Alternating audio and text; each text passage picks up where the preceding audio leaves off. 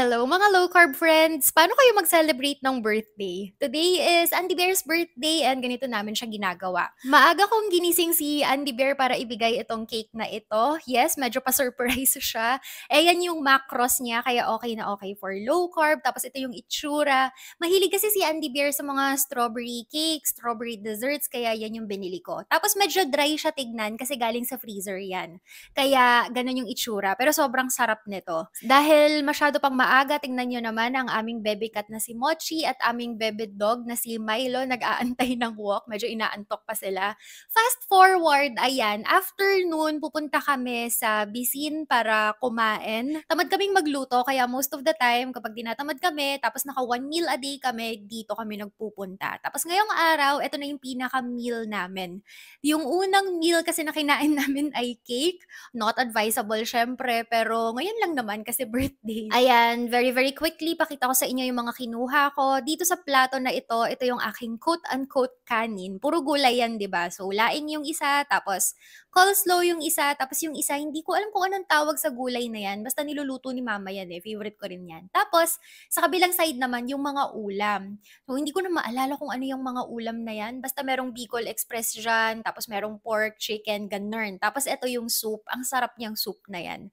Ito, yan, yung tinuturo ko, seafood, something siya. Tapos, ito naman, chicken na roasted yata. Kumuha ako ng calamares, pero konti lang. Tapos, ito yung Bicol Express na chicken. Kumuha ako ng mga sili kasi gusto ko yung sili. Tapos, sweet and sour naman yung pork.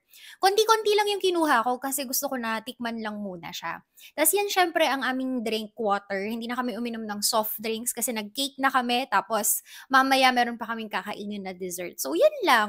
Pero hindi pa yan yung pinaka or yan hindi yan yung kabuuan ng kinain ko. Kasi tinikman ko lang muna lahat. Ganun ako pag nagpupunta sa buffet.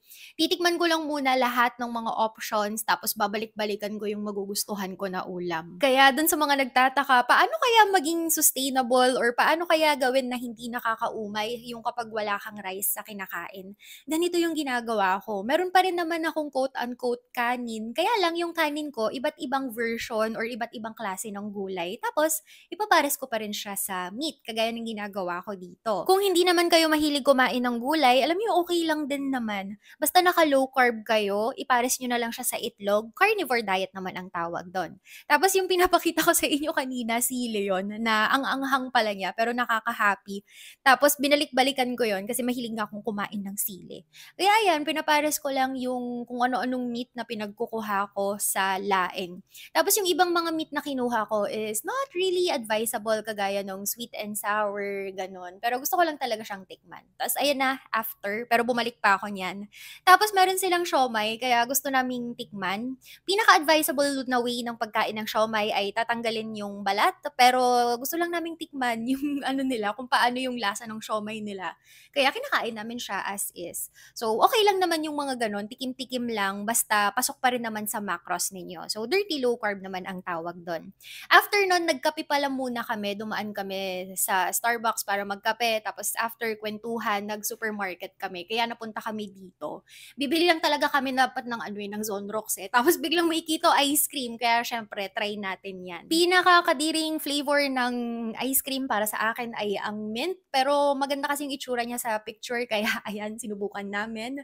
Tapos ito yung first reaction ko dun sa unang subo. Parang, ang weird kasi ng lasa, kaya parang hindi ko siya nagustuhan, pero hinanap-hanap ko yung lasa niya. So, masarap pala siya. In fairness, ngayon medyo nagigets ko na kung bakit maraming tao yung gustong-gustong kumain ng mint na chocolate or mint na ice cream. Naubos namin yung isang pint, naghati kami dyan. Not advisable. Medyo pasaway kami ngayon, pero bawi na lang bukas.